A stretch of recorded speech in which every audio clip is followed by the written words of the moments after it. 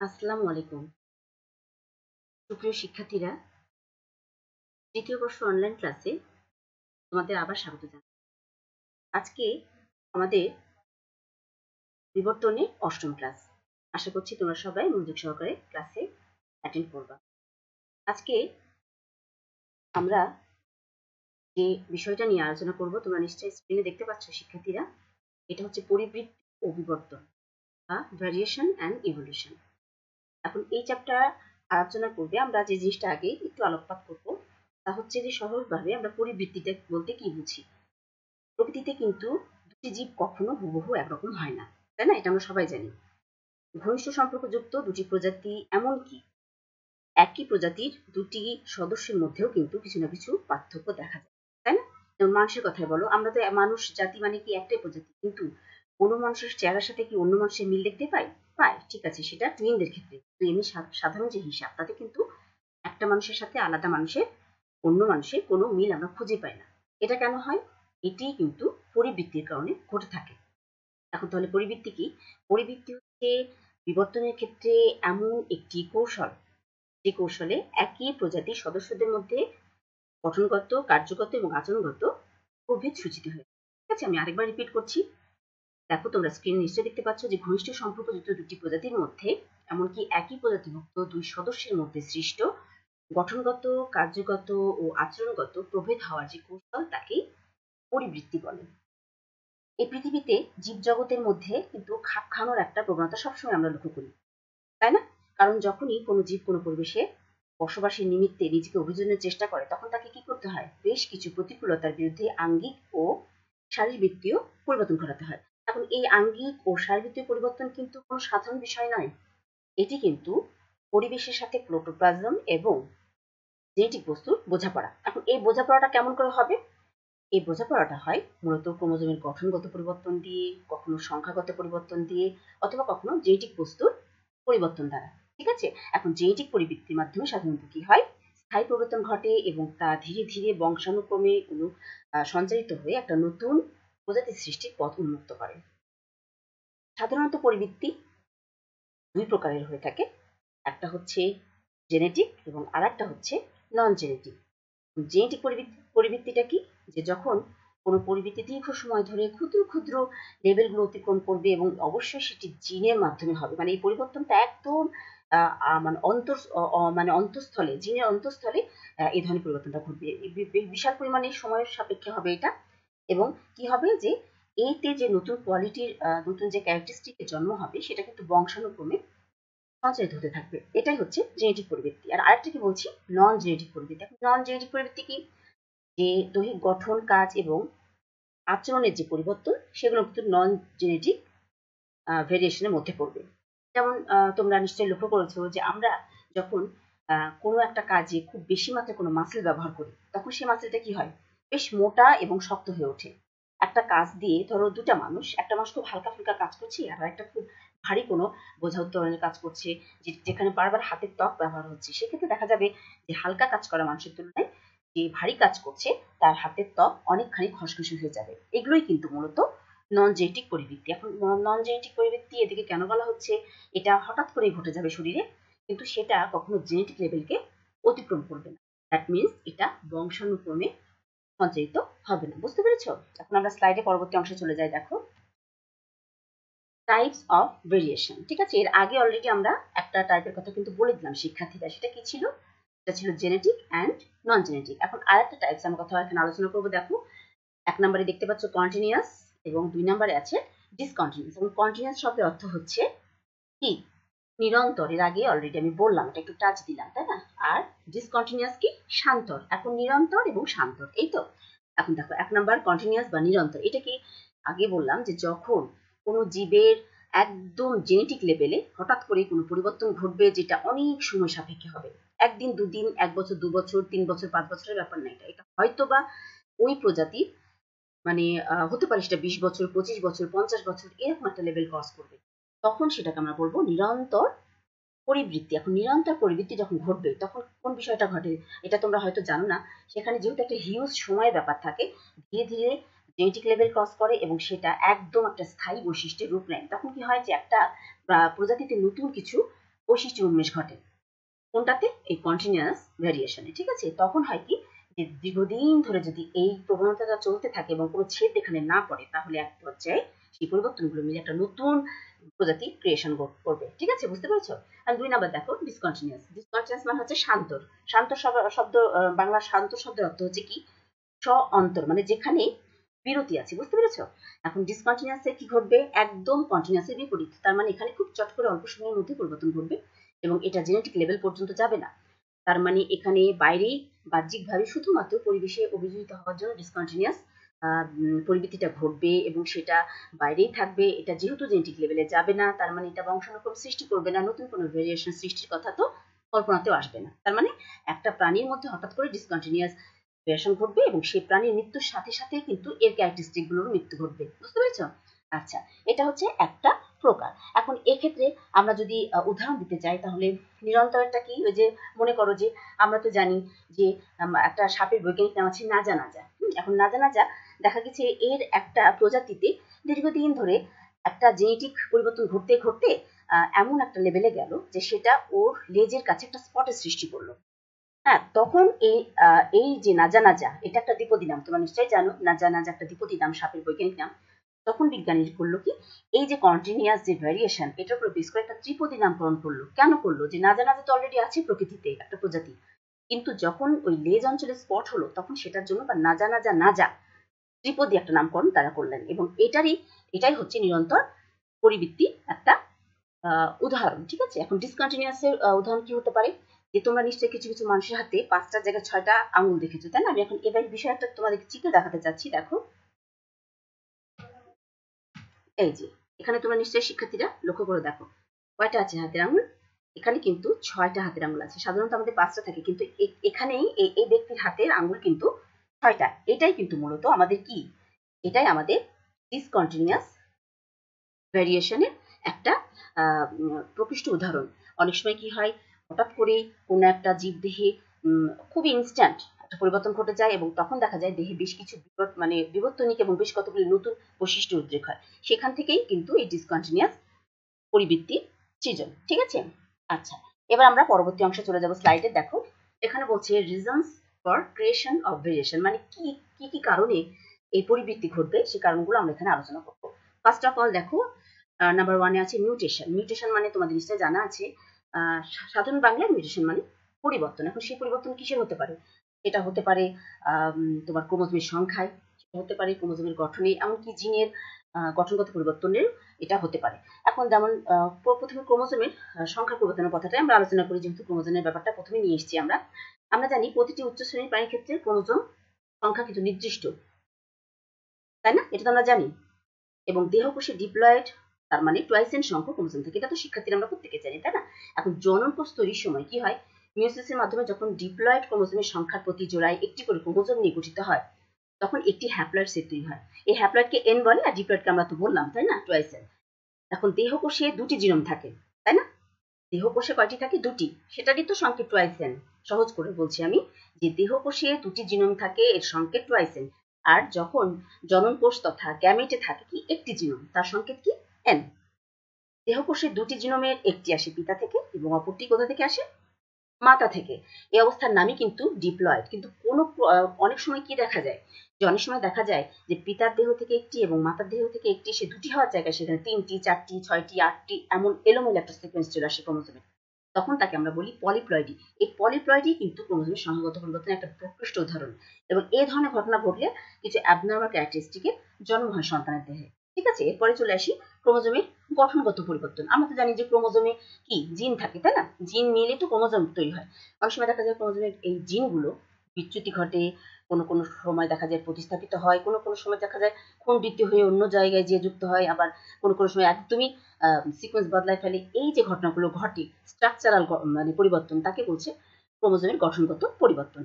ঠিক আছে, এই ক্রোমোজোমের গঠনগত পরিবর্তন ঘটলেও কিন্তু নতুন নতুন নিত্য নতুন সব পরিবর্তন দেহে চলে আসে এবং এটাও শেষ পর্যন্ত একটা নতুন স্পেসিস ক্রিয়েশনে খুব প্রকৃষ্ট ভূমিকা পালন করে থাকে। যেমন তোমাদের নিশ্চয়ই মনে আছে ডিলেশন, ডুপ্লিকেশন, তাই এগুলো অলরেডি পড়েছো তোমরা সেকেন্ড ইয়ারে। তারপর ট্রান্সলোকেশন, এই ঘটনাগুলো, ইনভার্সন, এই ঘটনাগুলো কিন্তু ক্রোমোজোমের গঠনগত পরিবর্তন ইঙ্গিত করে। আরেকটা বললাম যে জিনের গঠনগত পরিবর্তন। এখন জিন বলতে কি, যে ডিএনএ এর মধ্যে যে নিউক্লিওটাইড থাকে সেখানে সংখ্যা এবং সেখানে গঠনের পরিবর্তন ঘটলে সেখানেও কিন্তু কি হয়, মিউটেশন ঘটে থাকে, তাই না? এটা তো আমরা জানি। আর আরেকটা কি জিনিস দেখো, পরে 2 নাম্বারটাতে চলে আসি, রিকম্বিনেশন। এখন রিকম্বিনেশনে সহজ বাংলা হচ্ছে সংমিশ্রণ, তাই না? রিকম্বিনেশন। এখন কি হয় যে যখন কোনো কারণে জীবদেহে প্রজননের সময় জিনের মধ্যে কি হয়, আদান প্রদান ঘটে, তখন একটা মিশ্রণের সৃষ্টি হয় জেনেটিক বস্তুগুলো, তখন তাকে আমরা বলছি রিকম্বিনেশন। এখন এক্ষেত্রে কি কি করতে পারে, যেমন আমরা বলতে পারি যে কোনো একটা জিনের মধ্যে অ্যালিলগুলো মিশ্রিত হয়ে একদম নতুন করে সজ্জিত হয়ে যেতে পারে। আবার এমনও ঘটতে পারে যে ক্রোমোজোমগুলো আবার এলোমেলোভাবে নতুন করে সজ্জিত হচ্ছে। আবার এমনও হতে পারে যে মিওসিসে যখন ক্রসিং ওভার ঘটবে তখন একটা ক্রোমোজোমের একটা টুকরো ভেঙে যে আরেকটা ক্রোমোজোমের সাথে লেগে যাচ্ছে, এরকম ঘটে, ঠিক আছে? তখন সেটাকে আমরা বলবো রিকম্বিনেশন। যে রিকম্বিনেশনও কিন্তু খুবই একটা গুরুত্বপূর্ণ প্রভাব রাখে নতুন স্পিসিস ক্রিয়েশনের ক্ষেত্রে। কারণ কি, যে নতুন যখন প্রজাতির সৃষ্টি হবে তখন এভাবে এলোমেলো সিকোয়েন্স যখন জিন বহন করবে, জিন ইঙ্গিত করবে, তখনই সেখানে নতুন বৈশিষ্ট্য হবে। নতুন বৈশিষ্ট্য থেকে কিন্তু নতুন একটা প্রজাতির সৃষ্টির পথ বা দ্বার উন্মুক্ত হবে। 3 নাম্বারে চলে আসি, ইমিগ্রেশন। আচ্ছা, ইমিগ্রেশন কি, যে একটা জিন ফ্রিকোয়েন্সি আছে তোমরা মনে করো, ঠিক আছে? একটা জিন ফ্রিকোয়েন্সি কি, যে একটা পপুলেশনের মধ্যে যখন একটা নির্দিষ্ট ধারায় জিন সব সময় তার সিকোয়েন্স ধরে রাখবে, তখন তাকে আমরা সেখানে জিন ফ্রিকোয়েন্সি বলছি, যেটা সহজে কোনো নতুন জিন এসে সেখানে ঢুকবেও না, আবার বেরো হবে না। এখন এই অবস্থাতে যদি একটা পপুলেশনের মধ্যে অপর কোনো পপুলেশন থেকে নতুন একটা আগন্তুক আসে, তখন কি হবে, এবং তাদের সাথে যদি মিলিত হয়, তখন তার মধ্যে বিশেষ কিছু বৈশিষ্ট্যপূর্ণ জিন কি হবে, নতুন করে সেখানে এসে যুক্ত হবে। তাহলে সেখানে কি হবে, একটা নতুন বৈশিষ্ট্যের উদ্ভব ঘটার কিন্তু সম্ভাবনা অনেক বেশি। এবং এই ঘটনাটাকে আমরা বলছি অভিবাসন। এই অভিবাসনের ফলে কি হয়, যে অন্য পপুলেশন থেকে একটা জিনের অনুপ্রবেশ ঘটতে পারে, আবার একটা পপুলেশনের জিন হারিয়েও যেতে পারে। এটা শুধুমাত্র হয় ইমিগ্রেশনের কারণে, মানে অন্য জায়গার একটা আগন্তুক এসে নতুন পপুলেশনে যুক্ত হওয়ার কারণে একটা হিউজ পরিবর্তন ঘটে, ঠিক আছে? কোথায়, সেটা জিন ফ্রিকোয়েন্সিতে। এটাকে আমরা বলছি ইমিগ্রেশন। ইমিগ্রেশনও কিন্তু খুবই গুরুত্বপূর্ণ ভূমিকা পালন করে কোথায়, পরিবৃত্তির ক্ষেত্রে, ঠিক আছে? এখন পরবর্তী স্লাইডে আমরা চলে যাচ্ছি, role of variation in speciation. আসলে বিবর্তনের মূল বিষয়বস্তুগুলো কিন্তু সবসময় কার চতুর্দিকে প্রদক্ষিণ করতে থাকে, প্রজাতি সৃষ্টি। এর মূল থিমই হচ্ছে প্রজাতি সৃষ্টি, তাই তো? এই প্রজাতি সৃষ্টিতে ভেরিয়েশনও নিশ্চয়ই একটা গুরুত্বপূর্ণ ভূমিকা পালন করে, সেটা আমরা এখানে আলোচনার চেষ্টা করবো। দেখো, 1 নম্বরে আমরা দেওয়ার চেষ্টা করেছি কি, মিউটেশন ইন স্পেসিয়েশন। এটা অলরেডি বলে দিলাম আমরা কি কি সিকোয়েন্স হতে পারে, change in number of chromosomes, যেটা অলরেডি আমি আলোচনা করেছি। 2 নম্বরে আছে কি, change in structure of chromosome, মানে ক্রোমোজোমের গঠনগত যে পরিবর্তনটা সেটা। আর 3 নম্বরে বলেছি চেঞ্জ ইন স্ট্রাকচার অফ জিন, এটাও আলোচনা করেছি। মানে কখনো কখনো ক্রোমোজোমের সংখ্যায় পরিবর্তন ঘটবে, কখনো কখনো ক্রোমোজোমের গঠনে পরিবর্তন ঘটবে, আবার কখনো কখনো কি হবে, জিনের গঠনে পরিবর্তন হবে। তখন কি হবে, যে একটা জীবদেহে যে জিনের একটা অবস্থান আছে সেটা বদলে যাবে। তখন কি হবে, নতুন বৈশিষ্ট্য আসবে সেখানে, এবং নতুন বৈশিষ্ট্যের জন্য দায়ী যে জিনটা সেটা কি হবে, ধীরে ধীরে পোক্ত হতে থাকবে, শক্ত হতে থাকবে, এবং যত সময় যেতে থাকবে তখন সেই প্রজাতিটার মধ্যে সেটা আরো দৃঢ়ভাবে সামনের দিকে এগিয়ে যাবে, এবং শেষ পর্যন্ত একটা নতুন সাবস্পেসিস ক্রিয়েশনের মাধ্যমে একটা স্পেসিস ক্রিয়েশন করবে, ঠিক আছে? এরপর পরবর্তী অংশে যাই। দেখো, এই যেটা অলরেডি আমি ছবিতে আগেই দেখিয়েছি তোমাদেরকে, যে এটা কিসের জন্য একটা ভেরিয়েশন, তাই না? আমাদের প্রত্যেকের হাতে 5টা আঙুল থাকে, বাট ইনার হাতে আছে কয়টা, 6টা। এটা একটা ভেরিয়েশনের উদাহরণ। আচ্ছা, চলে আসি এবার যে স্পেসিয়েশনে আর কি কি প্রভাব রাখে। দেখো, আইসোলেশন, ঠিক আছে? 2 নম্বরে আইসোলেশন ইন স্পেসিয়েশন, মানে আইসোলেশন বা অন্তরণ কিভাবে নতুন প্রজাতি সৃষ্টিতে সাহায্য করে। আমরা তো জানি যে যখন 2 বা ততোধিক গোষ্ঠী, মানে কি হয়, যে একটা পপুলেশন 2 বা ততোধিক গোষ্ঠীতে ভাগ হয়ে যদি বিভিন্ন অঞ্চলে ছড়িয়ে পড়ে, তারা কিন্তু একই প্রজাতি, ঠিক আছে? দীর্ঘদিন তারা বিভিন্ন পরিবেশে যেহেতু অভিযোজিত হচ্ছে, তার মানে তাদের সেখানকার অভিযোজনের কারণে কিছু পরিবর্তন ঘটবে। তখন দেখা যাবে যতগুলো গোষ্ঠীতে তারা ভাগ হয়েছিল, একটা গোষ্ঠীর সাথে আর এক গোষ্ঠীর ব্যাপক বৈসাদৃশ্য সৃষ্টি হয়ে যাবে, এবং একটা লেভেলে এমন অবস্থায় তারা যাবে যে তারা আর পুরনো যে তাদের মেইন স্ট্রিম সেখানে তারা যুক্ত হতে পারবে না, তারা আর নিজেদের মধ্যে প্রজননে অংশও নিতে পারবে না। তখন কি ঘটনাটা ঘটবে, তখনই আমরা তাকে বলছি অন্তরণ। এই অন্তরণের পিছিয়ে আমি অলরেডি অন্তরণের পর একটা ক্লাস নিয়েছি, অন্তরণ বা আইসোলেশন একটা ক্লাস নিয়েছি, তোমাদের নিশ্চয়ই মনে আছে, যেখানে কি কি ফ্যাক্টর কাজ করতে পারে। এটা ভৌগোলিক ফ্যাক্টর কাজ করতে পারে, বাস্তুসংস্থানিক, ঋতুভিত্তিক, যান্ত্রিক অথবা জেনেটিক, এই বিভিন্ন কারণে কিন্তু অন্তরণ ঘটে থাকে সাধারণত, তাই না? যখন এভাবে অন্তরণ ঘটবে এবং একটা প্রজাতি বিভিন্ন অংশে ভাগ হয়ে তাদের মধ্যে আবার বৈসাদৃশ্য সৃষ্টি হয়ে যাবে, তখন সেটা কিসের ইঙ্গিত বহন করবে? অবশ্যই সেটা ইঙ্গিত দিবে যে সামনে বিশেষ কোনো একটা সাবস্পেসিস ক্রিয়েশন হবে, ঠিক আছে, এবং সেই সাবস্পেসিসটি আরো বেশ কিছু হিউজ সময় পার করবে এবং এক পর্যায়ে তার স্পেসিস ক্রিয়েশন, বুঝতে পেরেছো? আচ্ছা, 3 নম্বরে চলে আসি। দেখো, রিকম্বিনেশন ইন স্পেসিয়েশন। রিকম্বিনেশন আমি কিছুক্ষণ আগে বললাম, নিশ্চয়ই মনে আছে। রিকম্বিনেশন মানে কি? সংমিশ্রণ, তাই না? এখন সংমিশ্রণ বলতে আমি জেনেটিক বস্তুর সংমিশ্রণের কথাই বলছি। এখন এক্ষেত্রে যেটা আমি বলবো সেটা হচ্ছে যে প্রজাতি সৃষ্টির ক্ষেত্রে রিকম্বিনেশনের ভূমিকাও কিন্তু খুব গুরুত্বপূর্ণ। একটি প্রজাতির বিভিন্ন সদস্যের মধ্যে পার্থক্য থাকবে। যখন বিভিন্ন সদস্যের মধ্যে খেয়াল খুশি মাফিক প্রজনন হবে না, প্রজনন হবে, তখন কি হয়, কখনো কখনো এদের জীব সৃষ্টি হতে পারে, আবার কখনো কখনো কি হবে যে জিনের নতুন সংমিশ্রণ ঘটবে। এখন নতুন সংমিশ্রণ যদি ঘটে তাহলে জীব আলাদা জায়গায় স্থানান্তরিত হয় এবং সেখানে কি হয়, ভালোভাবে বংশবৃদ্ধি করতে যদি পারে তাহলে এটি থেকে অবশ্যই একটা উপপ্রজাতি সৃষ্টি হবে। তাহলে কি হবে, যে রিকম্বিনেশনও কিন্তু তাহলে স্পেসিস ক্রিয়েশনে সাহায্য করছে, তাই না? স্পেসিস ক্রিয়েশনে তাহলে রিকম্বিনেশনের একটা গুরুত্বপূর্ণ রোল আছে। 4 নম্বরে দেখো, পলিপ্লয়েডি ইন স্পেসিয়েশন। এখন পলিপ্লয়েডি তো আগেই বললাম যে পলিপ্লয়েডির মাধ্যমে সাধারণত মানে উদ্ভিদ জগতে প্রজাতির সংখ্যা বৃদ্ধি পেয়ে থাকে। ক্রোমোজোমের সংখ্যা বৃদ্ধির মাধ্যমে উদ্ভিদ জগতে বহু প্রজাতি উৎপন্ন করা সম্ভব। উদাহরণস্বরূপ আমরা বিভিন্ন উদ্ভিদের কথা বলতে পারি। যেমন খুব রিসেন্ট একটা ঘটনা ঘটেছে, সেটা হচ্ছে মূলা ও বাঁধাকপির মাধ্যমে সংকরণ করে কিন্তু রাফানো ব্রাসিকা নামক একটি প্রজাতির উদ্ভব ঘটানো গেছে। হ্যাঁ, এটা একটা কিসের উদাহরণ? এটা পলিপ্লয়েডির মাধ্যমে নতুন স্পেসিস ক্রিয়েশনের। আবার প্রাণীর ক্ষেত্রে কি হচ্ছে না পলিপ্লয়েডির মাধ্যমে? তোমরা নিশ্চয়ই খচ্চরের কথা শুনেছো, সেটা কি গাধা এবং ঘোড়ার সংমিশ্রণ, তাই না? আমি প্রাণীর ক্ষেত্রে যদি বলতে চাই, গাধা এবং ঘোড়ার সংমিশ্রণে পলিপ্লয়েডির যে কৌশল সেটা অ্যাপ্লাই করেই কিন্তু নতুন স্পেসিস ক্রিয়েশন ঘটানো হয়েছে, যার নাম হচ্ছে কি খচ্চর। এরপরে দেখো 5 নম্বরে চলে আসি। 5 নম্বরে কি? Hybridization in speciation. এখন হাইব্রিডাইজেশন মানে তো জানো সংকরণ, তাই না? এখন সংকরণ তো অবশ্যই প্রজাতি সৃষ্টি করবে। এখন আমাদের এই যে হাইব্রিড, আমরা এই কথাটা তো সবচেয়ে বেশি আলোচিত হচ্ছে বর্তমান প্রেক্ষাপটে। হাইব্রিড ধান, হাইব্রিড গম, হাইব্রিড আম। তাহলে এই যে হাইব্রিডাইজেশন, এটা যখন করা হয়, কিভাবে করা হয়, যে এটা জেনেটিক লেভেল পর্যন্ত এটাকে কি হয়, সিকোয়েন্স বদলায় ফেলা হয়। জিনের সিকোয়েন্স বদলিয়ে সেখানে ডিএনএ নিউক্লিওটাইডে পরিবর্তন ঘটিয়ে দেওয়া হয় কৃত্রিমভাবে। তখন কি হয়, যে সিকোয়েন্স যখন জিনের বদলায় যায়, ক্রোমোজোমেও মানে অ্যাট দ্য মিন টাইম বদলাই যায়, এবং তখন যখন এর মানে এই প্রজাতির পুরো জিনোটাইপটাই বদলে যাবে। জিনোটাইপ বদলাই গেলে তখন কি হবে, যে নতুন কিছু বিশেষ বৈশিষ্ট্য পরিলক্ষিত হবে।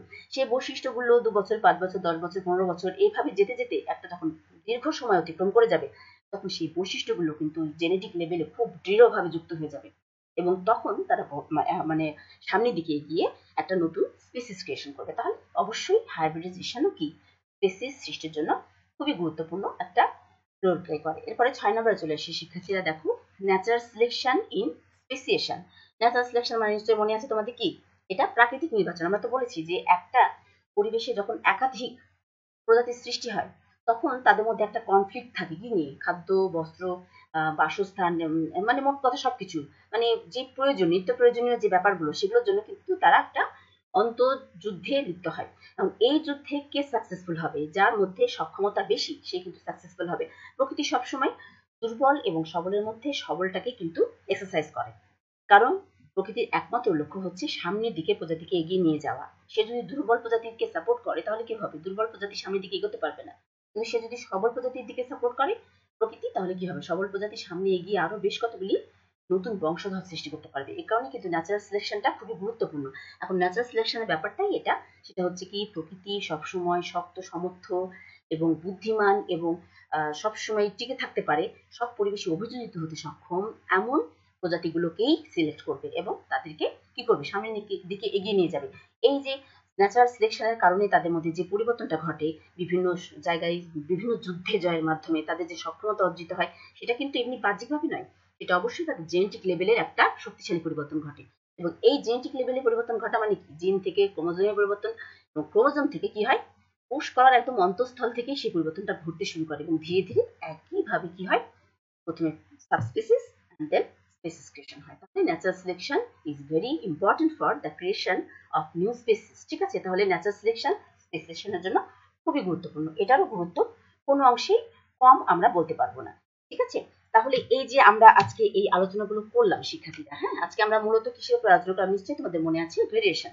ভেরিয়েশনটা অন্তত বিবর্তনের ক্ষেত্রে খুবই গুরুত্বপূর্ণ, কারণ এই যে একই সাথে আমাদের মনে অনেক সময় কোশ্চেন আসে, তাই না, যে কি ব্যাপার, একই একটা প্রাণী, যেমন দেখো যে অন্যান্য প্রাণীদের চাইতে মানুষের ক্ষেত্রে যেহেতু এই মানে প্রভেদটা ডিটেক্ট করা সহজ হয়ে থাকে, একটা মানুষের প্রজাতি এত কোটি কোটি মানুষ, মিলিয়ন মিলিয়ন মানুষ, কিন্তু এত মানুষের একটার সাথে আরেকটার কোনো মিল নেই, কিন্তু প্রজাতি তো তারা এক। এর পিছনেই কিন্তু প্রচ্ছন্ন খেলাটাকে খেলে, ভ্যারিয়েশন খেলে, কারণ এখানে খেলাটা চলে জেনেটিক বস্তুর সাথে এবং ক্রোমোজোমের সাথে পরিবেশে। ঠিক আছে, তাহলে যাই হোক, আজকে এই পরিবৃত্তির আমি প্রথম থেকে আরেকটু তোমাদেরকে জানাই, একটু আলোচনা করতে থাকি। দেখো, স্লাইডের প্রথমে সংজ্ঞাটাতে আমি কি বলেছিলাম, যে ঘনিষ্ঠ সংখ্যাযুক্ত প্রজাতির মধ্যে, এমনকি একই প্রজাতিভুক্ত দুই সদস্যের মধ্যে বিশিষ্ট গঠনগত, কার্যগত ও আচরণগত প্রভেদ হওয়ার যে কৌশল, তাকে পরিবৃত্তি বলে। ঠিক আছে, আর কি বললাম, যে পরিবৃত্তির টাইপস, এর আগে একটা বললাম কি, কন্টিনিউয়াস অ্যান্ড ডিসকন্টিনিউয়াস, নিরন্তর ও শান্তর, আর আরেকটা বলেছিলাম সেটা হচ্ছে জেনেটিক অ্যান্ড নন জেনেটিক, তাই না? এই ধরনেরও ভেরিয়েশনের প্রকরণ আমরা এখানে আলোচনা করলাম। আর আলোচনা করলাম যে কি কি কারণে ভেরিয়েশন ঘটে। কারণগুলোর মধ্যে আমরা বলেছি মিউটেশন, রিকম্বিনেশন, ইমিগ্রেশন। আর কি বলেছি, যে role of variation in speciation, মানে নতুন প্রজাতি ক্রিয়েশনে কিভাবে ভেরিয়েশন বা পরিবৃত্তি কাজ করে, সেগুলোর মধ্যে বলেছি যে মিউটেশন ইন স্পেসিয়েশন, আর বলেছি যে isolation in speciation, recombination in speciation, polyploid in speciation, hybridization in speciation and natural selection in speciation। এই ঘটনাগুলো স্পেসিয়েশন বা নতুন প্রজাতি ক্রিয়েশনে খুবই গুরুত্বপূর্ণ ভূমিকা পালন করে থাকে। আশা করছি আজকের ক্লাস যেটুকু আমি নিলাম সেটুকু তোমরা খুব বেশি না হলেও সামান্য কিছু হলেও বুঝতে পেরেছ। তবে এই ক্লাসে এ পর্যন্ত তোমরা থাকবা না, অবশ্যই এরপরে ক্লাসের পরে একটু বইটা খুলবা, খুলে দেখলে আমি কিন্তু আওরঙ্গজেব স্যারের বইটা এখানে ফলো করেছি। আমার লেকচারের অনেকাংশেই তোমরা আওরঙ্গজেব স্যারের বইয়ের সাথে অনেকটাই মিল পাবা। একটু বই মিলিয়ে দেখো কাইন্ডলি, তাহলে তোমাদের উপকারটা একটু বেশি হবে আমার ধারণা। আর সামনে নতুন কোনো সেশনে ক্লাস নেবো কিনা বলতে পারছি না, কারণ তৃতীয় বর্ষে আমার কোর্স কিন্তু একটা পত্রে, ঠিক আছে, একটা পত্রে 3টা অংশ থাকে, তার মধ্যে একটা অংশের, হ্যাঁ, সেটা হচ্ছে ইভলিউশন। তো অলরেডি আজকে 8ম ক্লাসটা আমি নিয়ে নিলাম, এখন সামনে কোনো ক্লাস নেবো কিনা আমি ডিপার্টমেন্টে হেড সাথে আলোচনা করবো, তারপর তোমাদের সাথে পরবর্তী কোনো ক্লাসে আরো যদি আবার উনি যুক্ত হতে বলেন তাহলে আমি নেব, আর না হলে এখানে হয়তো শেষ হতেও পারে 3rd ইয়ারের ক্লাস। ঠিক আছে, সে পর্যন্ত তোমরা ভালো থাকবা, স্বাস্থ্যবিধি মেনে চলো। রাজশাহীর অবস্থা খুব খারাপ, রাজশাহী শুধু না, ওভারঅল বাংলাদেশের অবস্থা খারাপ। স্বাস্থ্যবিধি মেনে চলো, সবাই ঘর থেকে প্রয়োজন ছাড়া বের হয়েও না, মাস্ক ব্যবহার করো, আর লেখাপড়া চালাবা ইনশাল্লাহ। হ্যাঁ, আজকে এই পর্যন্তই, সবাইকে ধন্যবাদ জানাচ্ছি, আর আশা করছি তোমরা সবাই ভালো থাকবা। আমি তোমাদের সবার জন্য দোয়া করছি, তোমরাও আমার জন্য দোয়া করো। আজকে তাহলে এই পর্যন্তই, আল্লাহ হাফেজ।